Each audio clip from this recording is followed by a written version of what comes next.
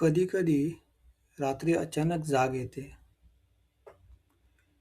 छातीत एक अनामिक धडपड असते.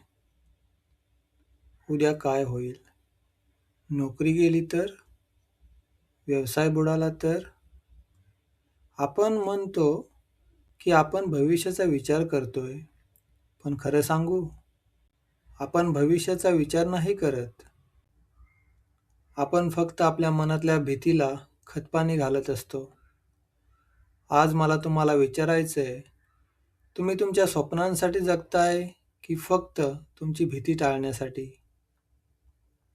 लहानपणापासून आपल्याला चूक करण्याबद्दल शिक्षा झाली आहे.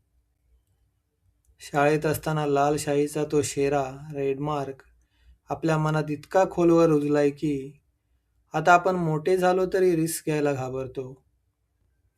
आपल्याला वाटतं की सुरक्षित राहणं, प्लेइंग इट सेफ, हाच शहाणपणा आहे.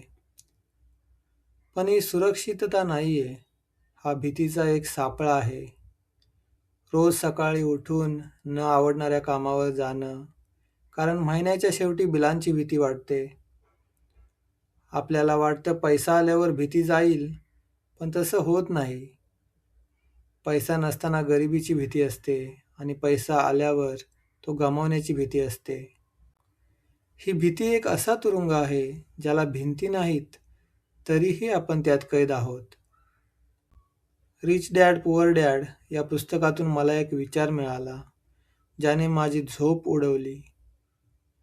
रॉबर्ट कियोसाकी म्हणतात, everyone has fear of losing money.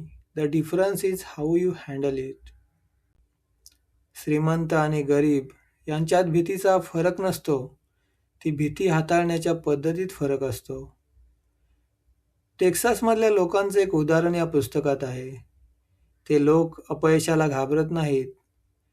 If they go broke, they talk about it with pride. का? कारण त्यांना माहीत आहे की हरणं हा जिंकण्याच्या प्रक्रियेचाच एक भाग आहे. मी जेव्हा स्वतःच्या आयुष्याकडे बघितलं, तेव्हा लक्षात आलं की मी अनेक संधी फक्त या एका वाक्यामुळे सोडून दिल्या. जर मी हरलो तर? What if I lose? पण श्रीमंत डॅड म्हणतात, failure inspires winners, failure defeats losers. भीती म्हणजे काय? FEAR, fear, means false evidence appearing real. आपण त्या गोष्टींना घाबरतो ज्या अजून घडल्याच नाहीत. तुम्ही जर भीतीला घाबरून गुंतवणूक म्हणजेच इन्व्हेस्टमेंट केली नाही, तर तुम्ही आजच हरलात. ज्या दिवशी तुम्ही हे स्वीकाराल की चूक करणे म्हणजे पाप नाही तर शिकणे आहे, त्या दिवशी तुमची भीती संपेल आणि तुमची श्रीमंती सुरू होईल. भीती असणं नैसर्गिक आहे, पण भीतीला ड्रायव्हरच्या सीटवर बसवू नका. विजेते ते नाहीत जे कधीच पडले नाहीत.